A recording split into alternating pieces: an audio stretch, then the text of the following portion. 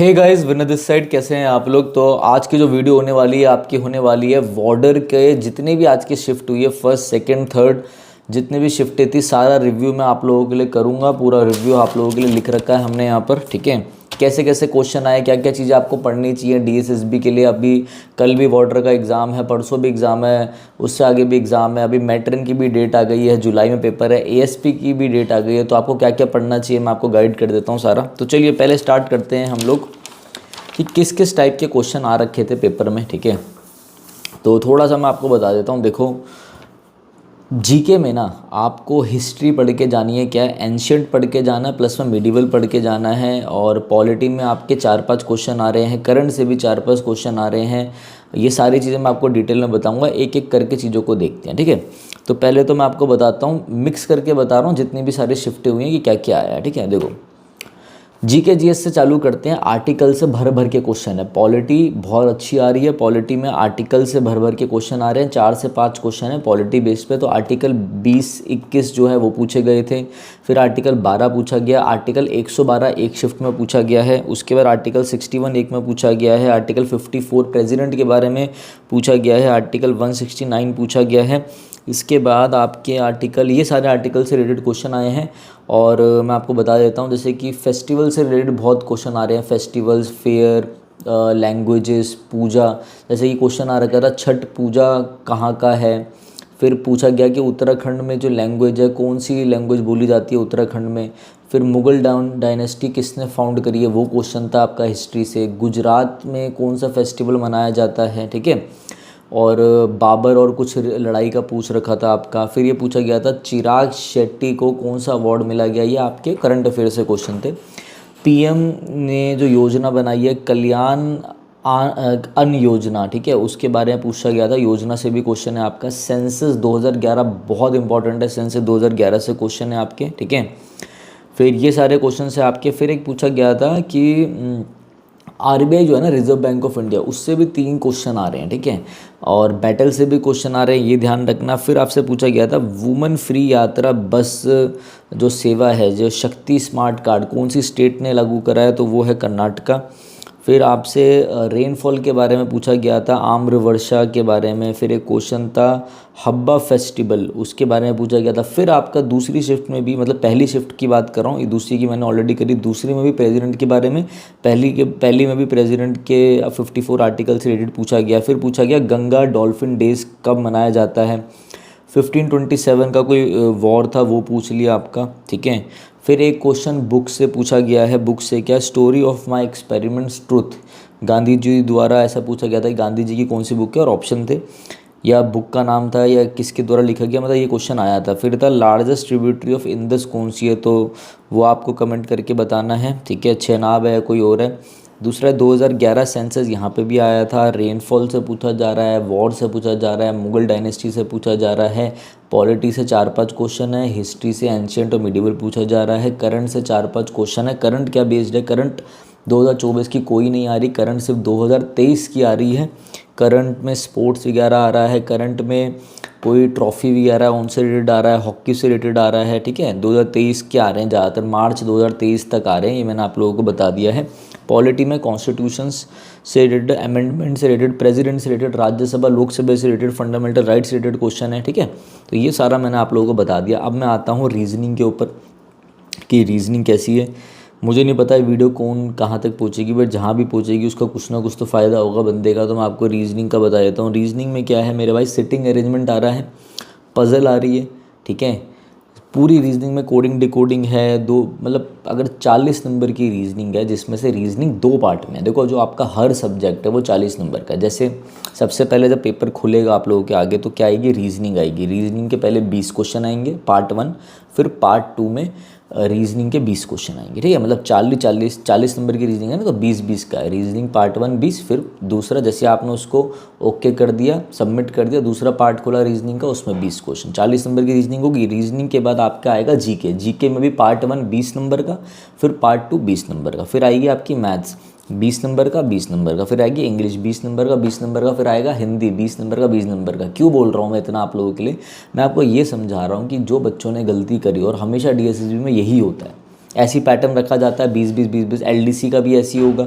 जो 40-40 मार्क्स के पेपर हैं, मतलब स्कोर है सब्जेक्ट का 40-40 मार्क्स के होते हैं, वो 20-20 के सेट से ही आते हैं। और एक बार आपने सबमिट कर दिया सेक्शन, आप दोबारा सेक्शन में वापस नहीं आ सकते, ये चीज़ ध्यान रखना। इस चलते बच्चा क्या करता है, अब रीजनिंग है, बच्चे ने देखा भाई 40 में से मैंने 30 बना लिए, 5 क्वेश्चन और है, 5 35 के लिए 5 और बच्चे, अब वो मुश्किल है, आप उसी को करने में लग जाओगे। उसी को करने के चक्कर में अब आपको पता आप क्यों कर रहे हो, आप बोल रहे हो एक बार सबमिट कर दिया वापस नहीं आ पाऊंगा। यहाँ दिक्कत क्या हो रही है कि जब आप ऐसे रीजनिंग का 20-20 का सेट कर लोगे, फिर जीके का कर लोगे, फिर मैथ्स का कर लोगे, फिर इंग्लिश का कर लोगे, आप हिंदी तक पहुँच ही नहीं पाओगे। मेरी बात समझ रहे हैं तो मैं आपको बता रहा हूँ, हिंदी तक आप लोग पहुँच ही नहीं पाएंगे। हिंदी तक पहुँचना बहुत ज़रूरी है आप लोगों के लिए, ठीक है। इससे बढ़िया क्या करो भाई, रीजनिंग के 30 हो गए 30 हो गए, मैथ्स के 30 से 40 में से 35 हो गए। इंग्लिश तो आप पूरे कर लोगे, आपको हिंदी भी करनी है, क्योंकि हिंदी का मैं एक छोटी चीज़ बता देता हूँ। मैंने आपको रीजनिंग बता दिया, जीके बता दिया क्या आ रहा है, पहले मैं आपको फिर मैथ्स बताता हूँ, फिर हिंदी में आएंगे, ठीक है। मैथ्स में देख लो क्या क्या भाई मैं लिख के लाया हूँ आप लोगों के लिए, एक मिनट। हाँ भाई आ जाओ। मैथ्स में भाई परसेंटेज आ रहा है, कंपाउंड इंटरेस्ट जो मैंने बताया था वो सारा है, percentage, compound interest, simple interest है, एवरेज है, ठीक है, आपका टाइम एंड डिस्टेंस है, ट्रेन्स है, रेशो से बहुत क्वेश्चन है, डाटा इंटरप्रिटेशन से क्वेश्चन है, डीआई से क्वेश्चन है, उसके बाद pipe and system, time and work, time and distance, train से क्वेश्चन है, ये सारे क्वेश्चन है आपके, ठीक है। रेशो से क्वेश्चन मैंने बता दिया, नंबर सिस्टम से भी 1-2 क्वेश्चन है, एलसीएम के, बस।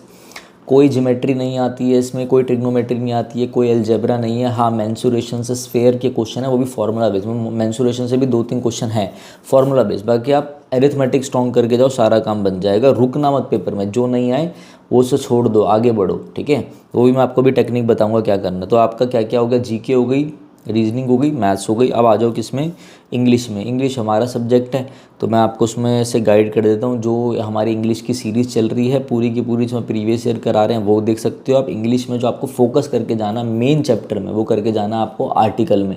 कल भी देख लेना, आर्टिकल में से क्वेश्चन आएगा, मैं बहुत पहले से बोल रहा हूँ, क्योंकि अभी जो जे का पेपर हुआ था उसमें भी आर्टिकल और एडजेक्टिव आए थे। तो आर्टिकल, एडजेक्टिव, क्वेश्चन टैग तीनों इंपॉर्टेंट है, ठीक है। अब मैं थोड़ा सा आपको बता देता हूँ इंग्लिश में क्या हो रहा है। देखो 1 मिनट देना मुझे। हाँ इंग्लिश में आपका क्या है, इंग्लिश में भी आपके क्लोज टेस्ट है, ठीक है। आपका इंग्लिश में क्लोज टेस्ट है, एक रीडिंग कॉम्प्रिहेंशन आएगा, आपका पैराजम्बल है इंग्लिश में भी, ठीक है। तो ये सारी चीज़ें आएंगी। और वही आपका सिनोनिम्स, एंटोनिम्स, मतलब 20-20 की इंग्लिश है, 40 नंबर की, तो भर भर के आएगा, इसलिए प्रिपेयर करके चलना।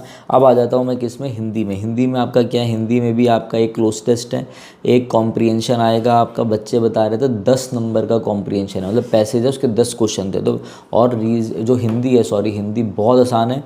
फिर मतलब बहुत आसान आसान चीज़ें आ रही हैं, प्रायवाची, विलोम शब्द, तत्सम जो होता है वो सारा आपका आ रहा है, ठीक है। और ऑलरेडी हमने जैसे तत्सम तद्भव जो है, जैसे किसान का पूछा गया है, इसमें ऑलरेडी मैंने टेलीग्राम चैनल है हमारा विनय कक्षा नाम से, वहाँ पे नोट्स डाले हैं। तो आप विलोम शब्द डाल रखे हैं हमने, प्रायवाची डाल रखे हैं, तत्सम तद्भव डाल रखे हैं, वो पढ़ के चले जाना, काम आएंगे। ग्रामर, मतलब हिंदी की ग्रामर नहीं आई है पेपर में ज़्यादा, सिर्फ ये एंटोनिम, सिनोनिम और नॉर्मल इतने बड़े बड़े सेंटेंस दे दिए, उसमें कुछ ना कुछ पूछ लिया। जो आप कॉमन बेस में भी 40 नंबर की है, तो आप 25 से 30 नंबर के आराम से कर सकते हो। बच्चों से, धुरंधर बच्चों से गलती ये हो गई कि वो रीजनिंग में लगे रहे। फिर देखो अब मैं आपको एक चीज़ बताता हूँ, मैंने आपको reasoning, GK, maths, English, Hindi सब बता दी। मैं आपको एक चीज़ बताऊँ, रीजनिंग की जो है ना, जब आप रीजनिंग करोगे तो आप वहीं पे पहले तो कैलकुलेटिव है, बहुत लंबा पेपर है, लेंदी पेपर है, तो कैलकुलेशन में फंस जाओगे। जो नहीं आ रहा उसे छोड़ो, वरना सारे बच्चे यहीं अटके रहे। फिर आप जीके में आओगे, चलो आपने जल्दी जल्दी से पढ़ लिया। फिर आप मैथ्स में आओगे, वो कैलकुलेटिव है। फिर आप इंग्लिश में आओगे, वैसे आपको इंग्लिश से डर लगता है, करते करते आप हिंदी तक पहुँच ही नहीं पा रहे।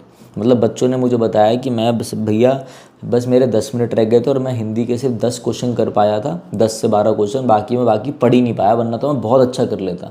मैंने रीजनिंग में गलती कर दी, मैंने मैथ्स में टाइम ले लिया। तो आपको ऐसा नहीं करना, आपको मैक्सिमम क्वेश्चंस तक पहुंचना है। समझ लो क्या पता आपके रीजनिंग के सिर्फ 25 से 30 क्वेश्चन बन पाए और आपके उधर हिंदी में पूरे 30 से 35 नंबर आ जाए, क्योंकि हिंदी कहीं हुए तो बहुत आसान आई है।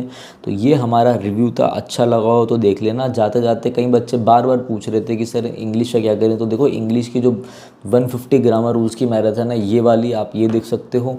इंग्लिश के लिए आप सिनोनिम्स के लिए ये देख सकते हो, वन वर्ड के लिए ये वीडियो देख सकते हो। सबका लिंक नीचे डिस्क्रिप्शन में हमारा चैनल है है विनय कक्षा टेलीग्राम पे, वो जरूर ज्वाइन कर लेना। आप लोगों के लिए बोल रहा हूँ मैं, डेली क्लासेस चलती हैं तो उससे आपको फ़ायदा होगा। डेली हम अपडेट डाल रहे हैं। ये जो मैंने इंग्लिश की वीडियोस बताई हैं ये यहाँ पर वार्डन के लिए नहीं, ये मैट्रन के लिए, एएसपी के लिए, एलडीसी आ रहा है, एमटीएस आ रहा है, जूनियर असिस्टेंट आ रहा है, उन सब के लिए तो बहुत रामबाण साबित होगा, मैं आपको बोल रहा हूँ। आर्टिकल और एडजेक्टिव जरूर पढ़ के जाना, कल के पेपर का रिव्यू भी आपको मिलेगा। तो चलिए guys, thank you, have a nice day.